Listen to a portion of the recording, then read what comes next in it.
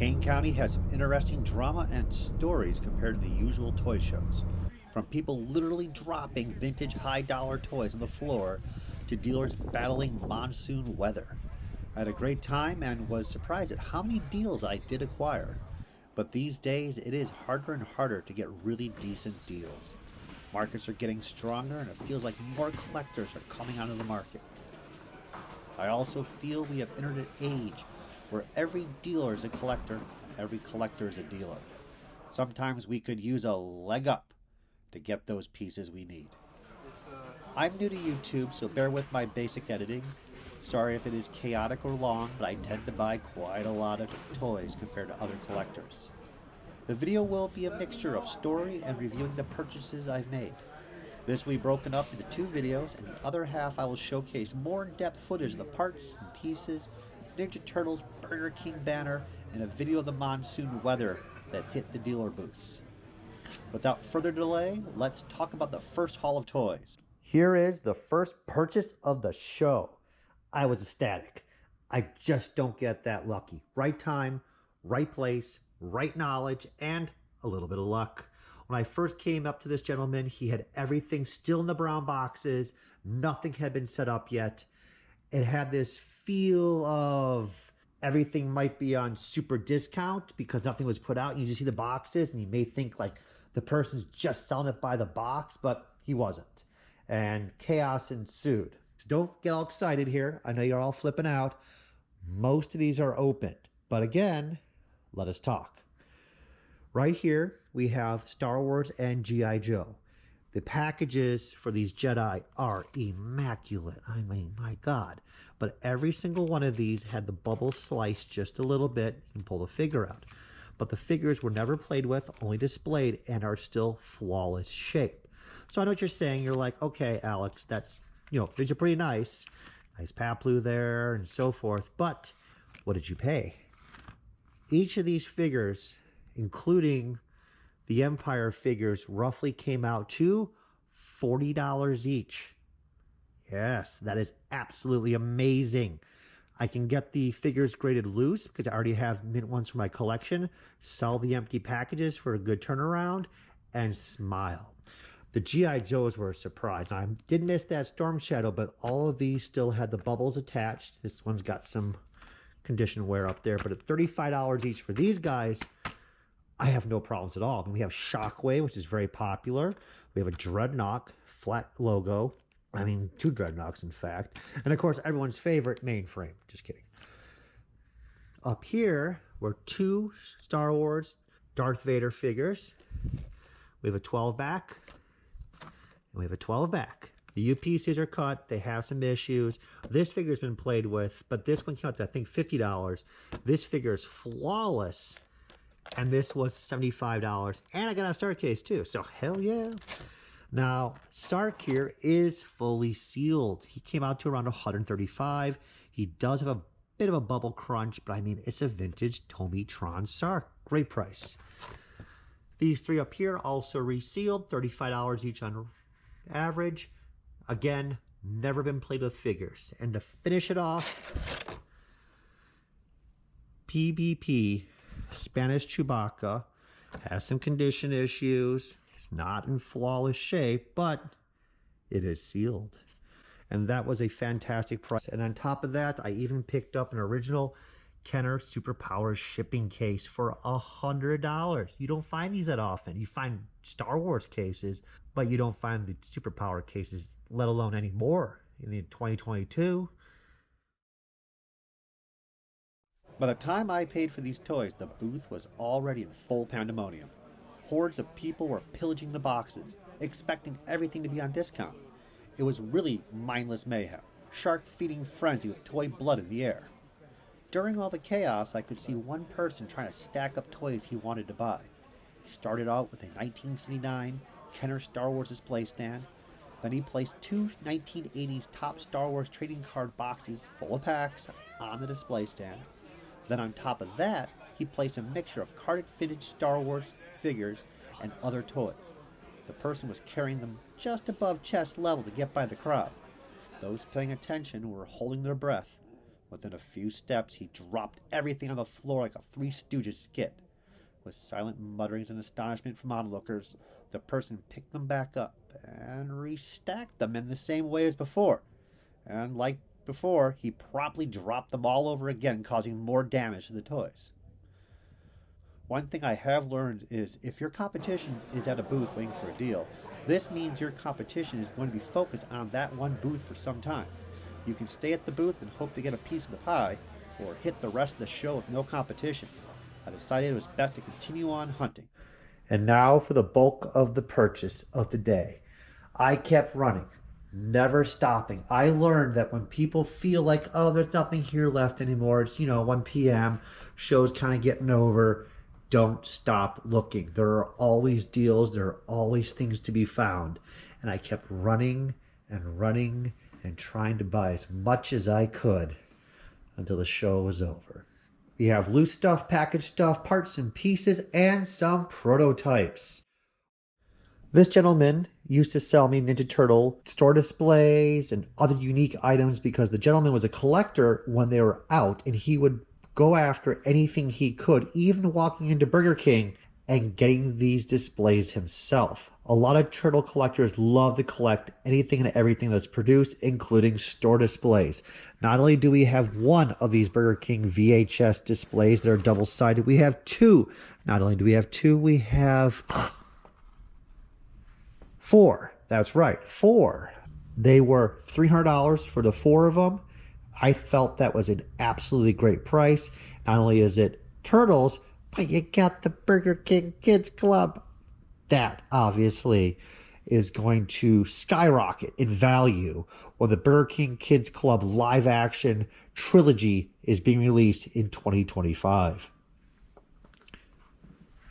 Carrying on, this was the next person roughly that I bumped into. It was a gentleman that I was looking for because I knew he had great deals. I got there at great timing. This whole show worked out beautifully for me. Usually it does not. I'm usually the person who's late to the purchases, and I see the other people walking away with all the great finds. So a little bit of a mishmash, but roughly I walked in, I saw he had these pieces. This is unbroken. The two figures, all these little accessories here, Modulock pieces, Pokemon display, which nobody cares about, including the side gunner from Kenner, the Alien Queen, and this pretty much trash Soundwave, but still good for parts. All of that was $10. And now you can see why. I was searching for the guy because he changed booth location at Kane, and I was flipping out, but I found him all in good time. Didn't miss much because most people are looking for packaged carded Star Wars and Transformers and Thundercats. They don't really want to get down and dirty in those tubs and find those fantastic deals. But to give you an idea of the value of this, Voltron piece, $10. G.I. Joe, not the Defiance, the later one. That's about $20. I believe this was Buck Rogers. It's been a while. That'll be about $15. Gates about $10. With this is about $30. This is about $5. $15. Mad Dog, I'll give accessories to. Then it'll be $25. Battery cover for the Attack Track Mattel He-Man, $10. Rhino, both flaps intact from Kenner Mask. That's about $15. Ninja Turtles playset platform, $10. Ninja Turtles Party Wagon, $15 to $25. Soundwave, probably about $25. Queen, of course I'm keeping it. Pokemon, just bought it because why not? Side Gunner, is there a piece there? I think there's a piece that I'm missing right there. But it has the canopy and the side pod. That's about $100 probably in the condition that it's in. Parts and pieces, $15, $10. I didn't get to those, but roughly all of that was $5 for that. Party Wagon piece, that's about $10. Same. Little bits here and there. Switchblade wing, $10. He-Man sword, $10. Rattler canopy, $5. I went back and he just brought out a little bit more. And this pile, this is around 1 p.m. in the afternoon. So, I mean, Sala, Horde Trooper missing everything. Max Sterling, at driver. All of this was $5. $5. 30, maybe give or take a little bit less. Body's about 25, $5. Max Sterling, $10. The two G.I. Joe little guys with intact talons, $10. Easy peasy. You do not find deals like this anymore. And this Kane absolutely blew my mind. Last Kane was also just as fantastic, but all the previous times for like 2 to 3 years, I've not been doing well. This gentleman won $1 per an action figure, so I was like, I'll take that. $1. Constrictor was 50. Somebody customized little constrictor hoses in there, so it's technically damaged and customized. I thought I might be able to make a little bit of money on it. I was so excited and thinking it was an original whip. I still need an original whip for my collection, and a beat up bootleg Batman. $1 for the Stomper. That's about 35, maybe a little bit less because it is missing a few pieces. Very difficult figure from Power Rangers. No little flogging staff. I would guess about $25 for this figure.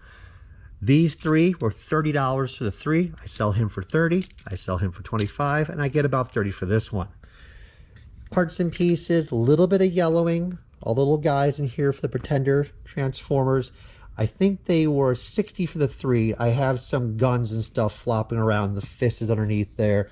But I think I can resell all of that for around 150 plus. Towards the end of the show, I picked up this. This was just the happy little man here, right here. Yes, you are. $5. And this is one of the tougher play sets. This is the astronaut set. No accessories, which is what people really want, loose complete, but still a difficult set. I think I can flip it for around 20. Not a huge profit, but it's easy to wrap. Tron figure for my collection, $5. This is why I love King County. 20 for Vern, a little bit of nose wear, but he still looked quite nice. We'll come to that character in a little bit.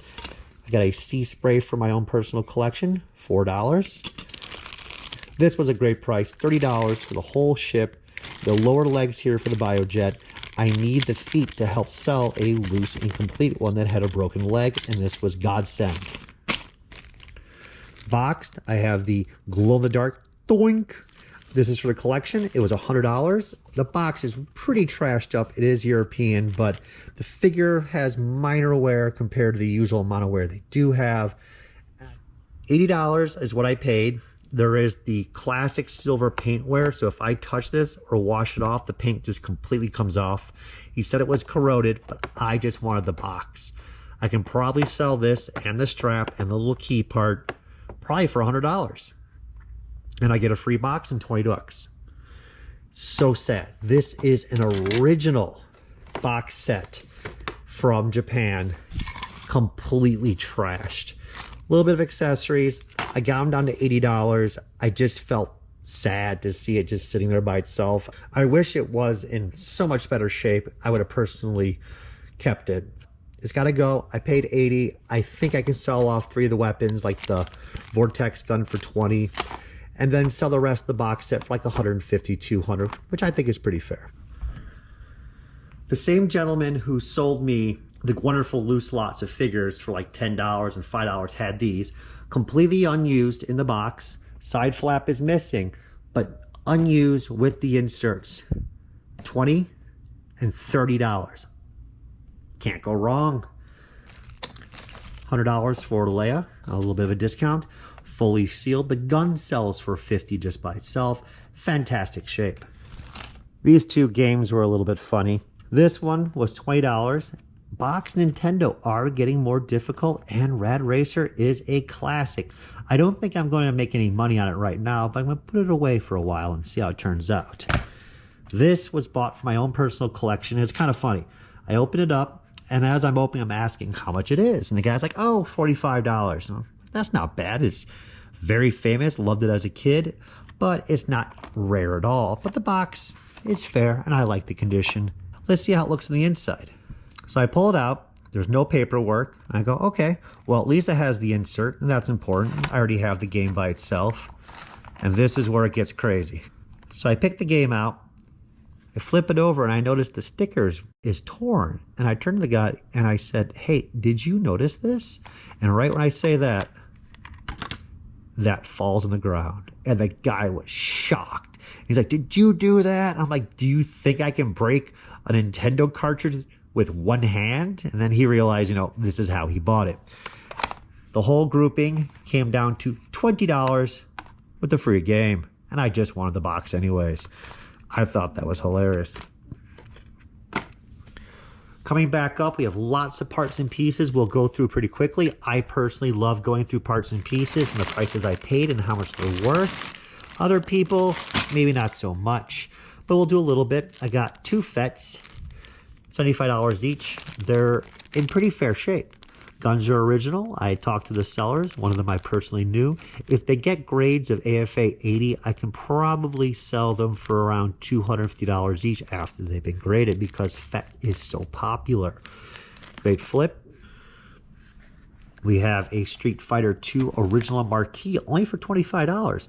Marquees for these original arcade games are not valued much. I think that's a little surprising. They're very cool. They are iconic. And I'm going to totally keep it. Next, we have an original Hasbro catalog for $35. This is an early Toy Fair 93. A lot of fantastic stuff. And of course, as I say that, I get to the girls section, which I'm not intrigued over. But here we are, WWF, Transformers, Cowboys of Mumisa, unproduced. Tell me more. Love it. Love it. And I also love it when the photographer has no idea what they're doing. So this guy's arms flop back. But great book. Anything Toy Fair catalog is very difficult to get, including, of course, pre-Toy Fair catalog. So that's for the collection. And we're going to tighten things up a little bit and show you a little bit more because there's always more. I thought I was finished. In fact, there was more stuff kicking around the house that came from the show that I did not realize. So here we are, a few things from the previous video. The electronic Jurassic Park compound was $150 with carded figures. I did locate this. I was really excited. I'm not an expert on the big wheel electronic early 80s kids ride on bike, but the market is hot. I saw this piece. The guy had a lot of material on top of the box. I was like, how much, how much, how much? And the guy came back to his booth after waiting like 5 minutes. And he goes, oh, it's just the box. I'm like, okay. But the box is still pretty good. So he said $50, which I think the toy runs around $500 loose just for the actual bike. So I think I can sell the box for around $200 plus, maybe a bit more. I'm not an expert on this field, but there are so many collectors of these. It's kind of surprising. It's just something I personally don't collect. For Jurassic Park, I got a Bull T-Rex. It was $35, no accessories, but market's around $120 now, so that was a great piece.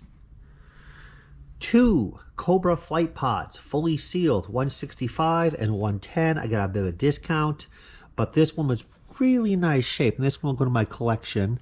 And this one has a bit of wear. These come from a gentleman who was picking all this stuff up at clearance because he was a smart cookie. So he literally did pay 99 cents on these, $3.98 for the Shadow Strikers. That's from my collection. Not a profit there. It's just really cool, underrated Kenner toy line. We'll go through the turtle bin in a little bit. Picked up some Game Boys. It was, I think, the carrying case, this one, and the pink. He said they were operating, I think it was $65 for the 2. We'll go through parts and pieces in a bit. Picked up a Fake the Snake and Hacksaw complete for my collection. They were $20 each. I don't have them complete, so I was like, this is that moment. Authentic weapons, let's do it. We have prototypes. So here we have the unproduced Galactic Wrestler bendy wax sculpt. It is broken up. That's how they were found. Funny enough, I think I may have some of the limbs. I think I might have the legs actually for this unproduced prototype from the 80s. Hand-painted hard copy Diamond Carter from Stargate SG-1. This was a bit fascinating. A gentleman was selling all vintage stuff from the 60s and 70s, And this was in a box next to him. I have no idea how he got these, but he's like, you know what? I got these prototypes here. Do you like prototypes? Yes. And he's like, how about 75 or so for the 3? Sounds fantastic. I'll take them. This was an interesting find. It's fully sealed. This is a China Luke original, which is, I'm not going to be perfect with my knowledge on vintage Star Wars like this, but this should be the last Jedi series where China was producing toys.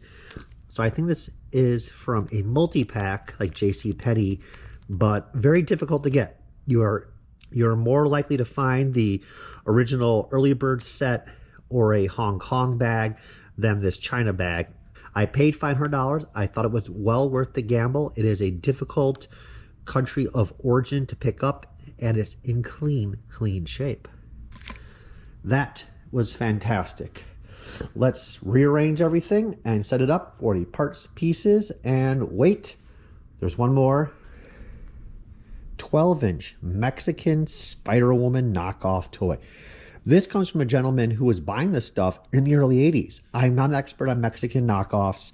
It is a very difficult genre to collect. Mexican knockoffs is very detail oriented. There are knockoffs of knockoffs of knockoffs, and you really have to be an expert, and I am not. But I talked to a few people at the show, and they've never seen this piece before. And if they haven't seen it, that means it hasn't been issued out recently, and this piece might be vintage. If you guys have any knowledge on this piece, let me know. He also said in his personal collection, he has a Linda Carter that he picked up in the early 80s of Wonder Woman, which is just bonkers awesome. But I'm more excited about the Spider-Woman, and I didn't even notice this was for sale until I did the video of the rainstorm, and she was placed on the fence for display, which is kind of crazy. And then I was like, what is that? So, excellent piece. Now let's reset up.